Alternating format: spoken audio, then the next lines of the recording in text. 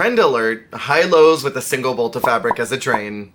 Hi, hello everyone, welcome to my channel. My name is Jer, and today we are talking about Canada's Drag Race All-Stars Episode 3, the Design Auction. Design challenges, in my opinion, are always the most stressful for the contestants on Drag Race because it is a manifestation of your drag filtered through your own hands. If you say you're a fashion queen, but you cannot create a fashion garment, what are we doing? If you are a sporty queen, but can't come up with a sporty look, or if you're a Broadway queen and can't come up with a theatrical look, what are we doing? Every drag queen, in my opinion, should have the ability to create something. You don't necessarily need to know how to use a needle and thread. You don't have to know how to use a sewing machine. I think those are actually silly requirements for drag, but you should be able to do something. Whether that be gluing, stapling, putting things together with safety pins, if that is the parameters of the assignment. And there's a big difference between a design and construction. You could be a fantastic seamstress and you could have a terrible design aesthetic. See Project Runway for examples of people who know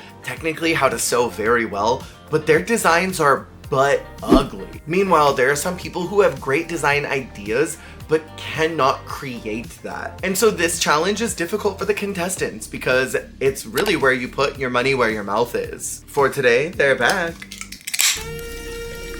The dramatic irony of Pythia being gone the week before the challenge that she would have swept the entire room far too much. And her "you're welcome" mirror message was never more apt, because let's say she said "you're welcome" and the challenge was another dance, then it would have been like, for what? And I want to say, with all the love and light in my heart, this was not the most fabulous design challenge in the whole Runiverse, but I think it was solid enough. Pythia would have wiped the floor with all of them. The queens get to play a game of Vanity Fair's lie detector test with special guest, the mother to us all, Melinda Verga. And Jimbo was there, I guess. And Melinda was dressed in her very best polygraph assistant drag. Polygraph assistant! And then they get to participate in a drag auction where there are random items that they can choose from to then create a main stage look that evoke the thought, looking good, feeling gorgeous. Thorgy Thor mentioned. But before all that, it is revealed that no one saved Michaela last week, and I think it's because she had the same problem that Nira did in week 1, even if Michaela adamantly denies it. That rubbed everybody wrong, and they thought, well, we have no reason to save you. This parallel line of their behaviors kind of showcases their readiness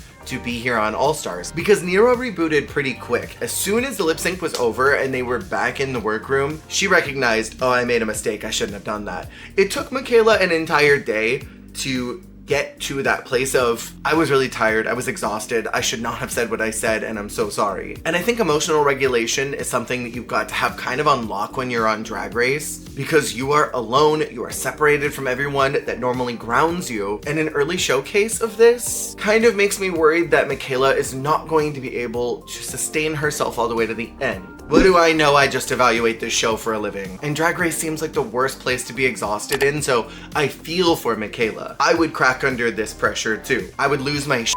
I'd be blowing up at people, putting cameras on me. Oh, someone would get their entire look read to the ground. I know how I am when I get feisty. I know how I am when I'm tired. This seems like a nuclear level of bad to be tired in. And none of us are very kind when we're tired and stressed out, so I would love to see some empathy towards Michaela in this moment. I could go on and on about this subject, but it's interesting how we forgive the white queen for this behavior, but then we hold higher standards towards the black queen. And so I have empathy towards where Michaela is, but seeing that it took her a little longer to kind of recharge tells me that maybe she doesn't have the stamina to make it all the way to the end, in a very similar way as Jasmine Kennedy, who wasn't able to emotionally regulate to get out of her own head. Now, I don't think that Jasmine would have won anyway because the cards were always in Crystal's favor, but point stands. If you are unable to do that, it oftentimes prevents you from being able to move forward. And thank God for this silly mini challenge, because it was like burning sage. It cleansed the room, it reset everybody to 0, it allowed everyone to just have a good time and have fun. I don't know what the parameters were for the win, but Tiffany & Co was the winner of the challenge. After this is a random item auction. Here's what I would have loved. Even though I thought the lie detector test was very funny, what I think would have been a more effective tool would be to put them in some type of Weakest Link or Family Feud, some type of game show like mini challenge where Every time they answer a question right, they get money, and that money will be what they can use in the auction. I think that would add a little more stakes to how people used their funds in that auction. And I think maybe a little bit of a power imbalance where maybe someone only had $40 and someone had $120 could have created some interesting dynamics of how people played in that room. And then you could give them a base level 50 just to make sure that everyone's at least got 50 doll hairs, and then let them duke it out for items. This auction reminded me of Project Runway. I think it was season 13, episode 11, called The Highest Bidder, where the designers had, I think it was 3 storage crates or 5 storage crates that they could choose to buy with their money, and whatever was inside of those is what they got as materials. I love this concept, and I hope that we see it reutilized in other franchises, especially the US, because it's so fun. Additionally, so if you tie that to the mini challenge, where that gives them the funds, they did something like that in season 3 with the money ball. And I like that each material was lumped together in a category: cool, rhinestones, sequins, animal print, metal, etc. And then the couple mystery items like the advantage of getting to work with Suki for 30 minutes, a time freeze, and then iced coffee. That was nasty work. So y'all know how it is around here. Let's get into my rankings. This week I judged based on styling, construction, and design. These are all very different pillars of creating a look, and no 2 episodes of Drag Race globally will agree on which one is more important. We love our show full of contradictions. Also, if you haven't already checked out the Patreon to see my official ranking list, that is completely free to view. And while you're there, if you feel like supporting the channel, you can hit subscribe, get some exclusive content that's cut from here on YouTube, and you can watch my videos earlier than everybody else over there. Coming in last place, my position 7, who I would absolutely put in the bottom 2, our future father, Juicebox. Womp womp. Every week, Juicebox has kind of been skirting the bottom 3 for me. And I'm sad that it was her time to go, but also it was time. Juice purchased sequins at the auction, and I'm gonna keep echoing this sentiment. I would have loved to have seen what else was in the pile of materials they were presented. This red sequin that she chose to work with is, in my opinion, a very difficult pattern to work with. I know how to utilize a needle and thread pretty well, and even I wouldn't risk this kind of fabric unless I really knew what I was doing and I had practiced with that fabric. There are other patterns of sequin that are a little easier to work with depending on your skill level. This sort of material is meant for couture, and what we got was a handkerchief dress with a loose fit collar. And I have something to say. Denying the moon landing is such a Floridian thing to say. Juice is from Canada. That has nothing to do with the design, but it's a terribly disappointing factoid. Anyways, this character to me looks like someone who would try to sell you a combination of a live goat, a dozen cabbages, and then offer a free tarot reading if you bought both. And my personal opinion is that if you have to create a character in a design challenge to sub in for not having a proper design within your creation, probably not a good look. There are unfortunately a lot of poorly fashioned elements to this, including but not limited to the lack of waist, the lack of taper on the sleeve, the scrap of fabric in the hair denoting a scarf. I don't have a lot else to say. It's a chop. In my 6th position is my icon and legend, Nira Nuff.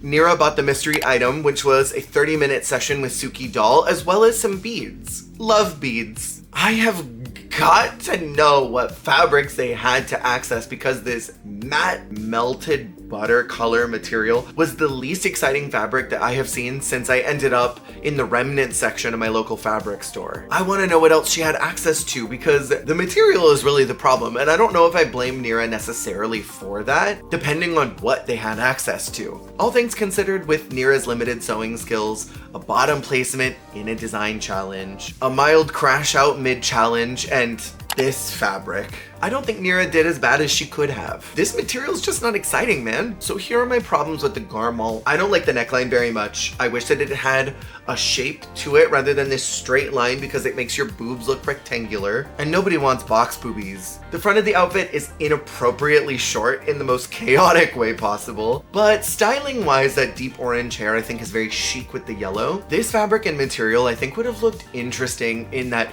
wet submerged style, super sculptural kind of look that Mistress was rocking a lot of in bracket 2 of All Stars 10. And then a lot of the girlies were starting to wear those right after that season. And it's kind of waned in popularity since then because I think it's a pretty difficult method of construction. That's not really something you could do on Drag Race, but this would have lent itself to being interesting if you just drenched it in water, put it up on a mannequin, and then just let it dry in a crumpled shape. Or keep this entire look exactly as it is, and if you had those sewing skills, you could create a contrasting color fitted pant, like just a super chic pant, even like a biker pant made in leather that had chains and studs all over it, so you kind of blended hard and soft. For her sewing skills though, that would be near impossible.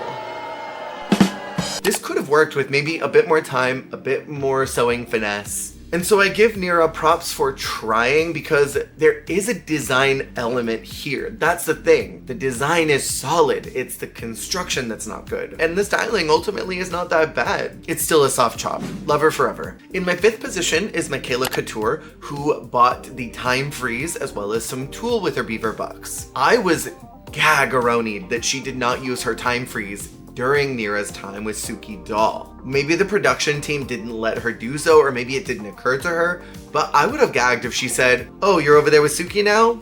Now it's 20 minutes. Bye." Hey Suki, do you like this tulle color?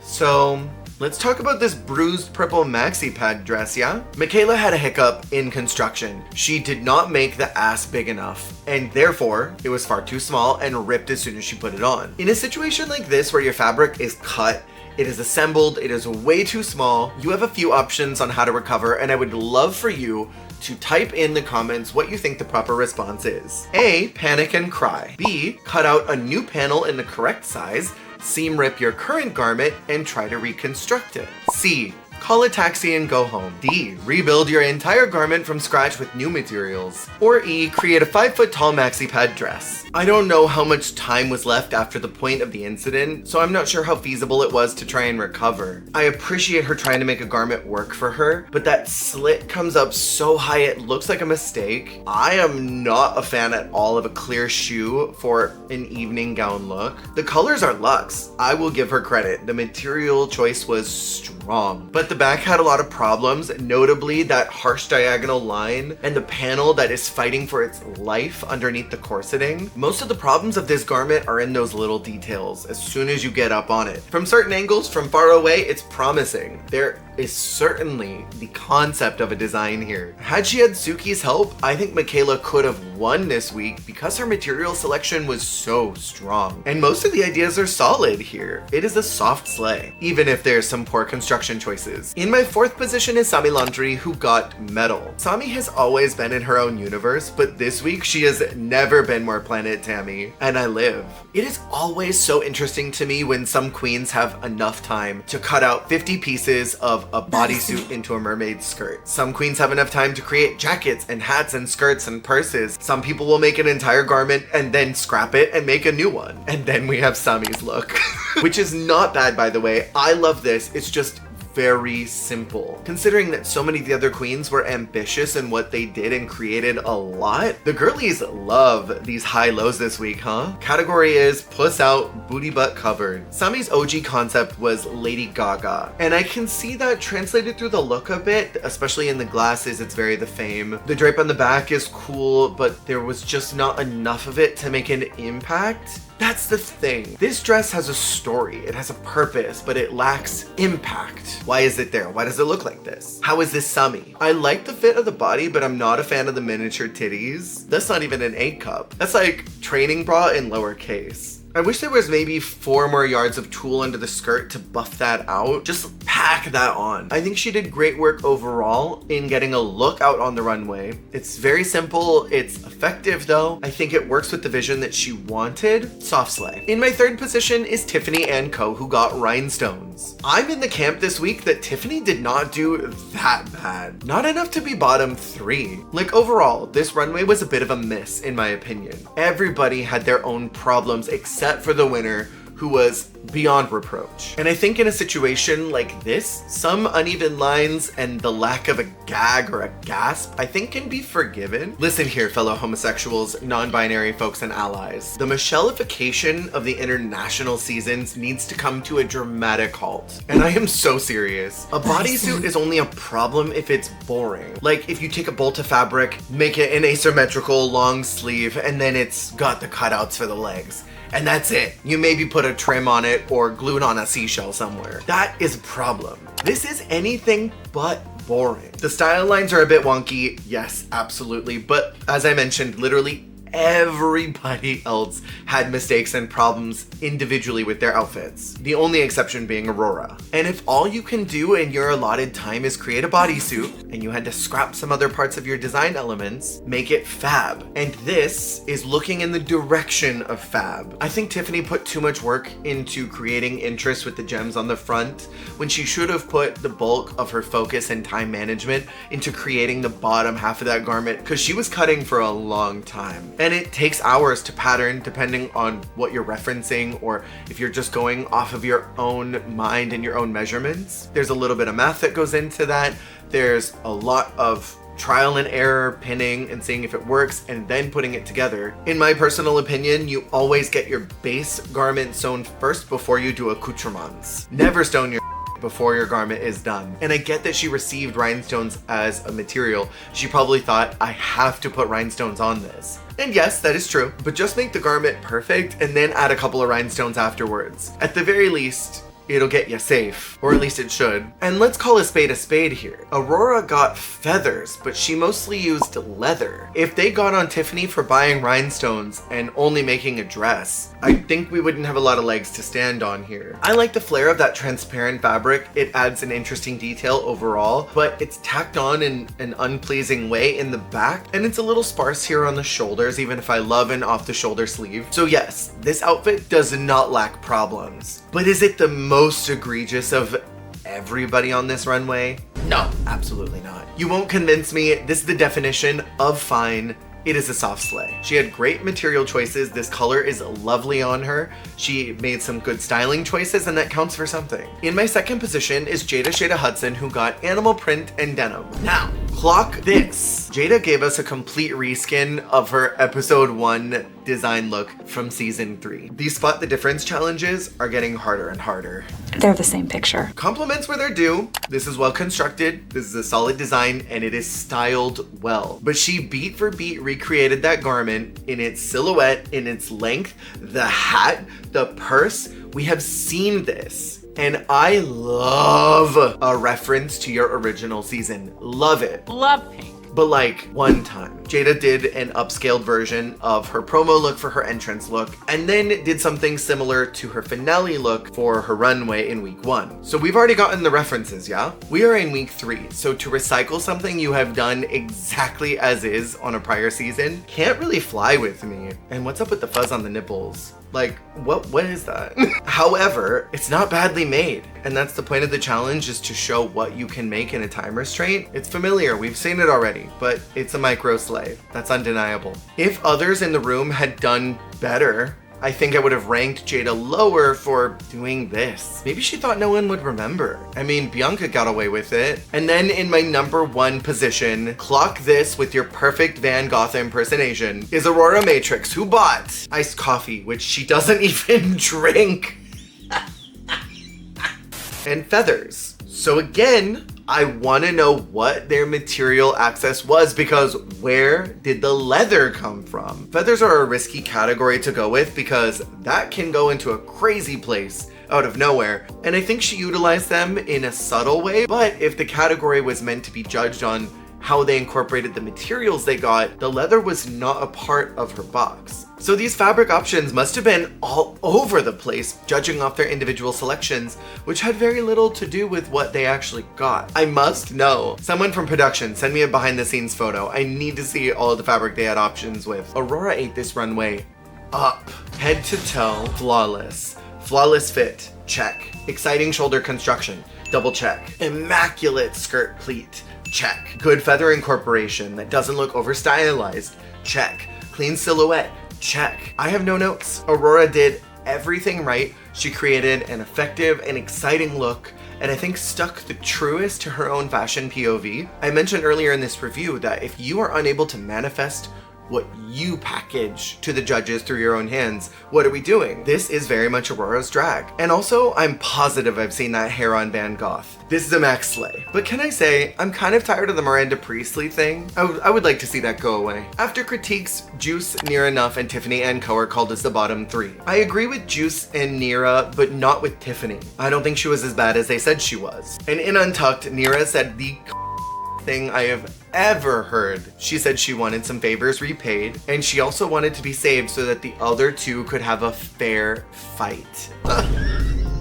Goop. That gagged me in the room a fair bit. Aurora is then called as the winner of the challenge. I completely agree with this. Super deserved, she absolutely nailed the challenge. And the votes swung in Nira's favor, leaving Juicebox and Tiffany and Co to lip sync. And Sami was the tiebreaker, which is a gag because she specifically cited that she was saving someone to solidify an alliance. And judging on who the other two are in the bottom, I think it was smart to align herself with Nira. Juice is coasting at the bottom. Tiffany, I think, is doing good, but the judges are not seeing that. Where Nira, even though she's had bottom placements, I think she's a little more consistent overall. I think her potential is stronger, and she has every possibility of obliterating a future challenge and being able to reciprocate this favor to Sami. This leaves Tiffany and Juicebox to lip sync to the iconic song Conga. This song is referenced basically every single week in my household, so I was so pleasantly happy to see it here as a lip sync. But also, it's kind of a difficult song to lip sync to because it's repetitive. And at a certain point in a number, when the lyrics start to repeat themselves again and again, either you've got to come up with a really fun and camp way to keep it exciting, or it's gonna get dull. Tiffany was sexy and hot from start to finish. I very much enjoyed watching her. Juice, I think, was putting up a decent fight, but she lost it as soon as she allowed herself to be a pole for Tiffany to dance on. You never want to be an accessory to someone else's success in a lip sync. And Juice unfortunately allowed herself to be an accessory to Tiffany's slayage and domination. Tiffany is then called safe, sending Juicebox back to the house. And I will say it was nice to finally see her again. I doubled down that I almost wish that she had been swapped in Canada vs. the World Season 2 with Tainomi. I would have loved to have seen Tainomi in this group, although I worry that maybe she would have had a similar trajectory going out here. And I hope that Juice's dream of becoming a dad gets to be realized. I hope this experience opens up more opportunities for gigs, for tips, and more recognition since she went out so early so many years ago. I hope this puts her back on the radar of the Canada's Drag Race fans, of global fans, etc. Next up is a political challenge to become Canada's Prime Minister. This seems like a challenge that was specifically designed for Jackie Cox, because this kind of challenge is not synergistic with the rest of this group. I was expecting a lip sync smackdown, like a Slation Royale where they only had 6, but there were enough lip syncs to go around. A dance challenge, even a roast. A political challenge seems more in line with what I would consider a mainline series challenge. I don't really see it as an all-stars challenge. Not saying it's not important. I do think that the political challenges are important for Drag Race, and I think that we should do them whenever we can. But I'm a big fan of aligning challenges with the types of queens that you have in the room, and this is a heavy performance-based group. So I think something like a musical, a dance challenge, a lip sync smackdown, something in that vein I think would have been more synergistic with them. And I worry that this won't be interesting. I wouldn't have even minded if they mocked Slation Royale's format of doing the Snatch game filtered through a political campaign ad. I think that would have been interesting. And I think with All Stars, you need to have a little bit of a twist on every challenge. And I'm not sure if this was that. What did y'all think about this episode? Let me know in the comments below. Thank you so much for watching. Keep an eye out for some other reviews that are coming later on this week. And I will see y'all on the flip.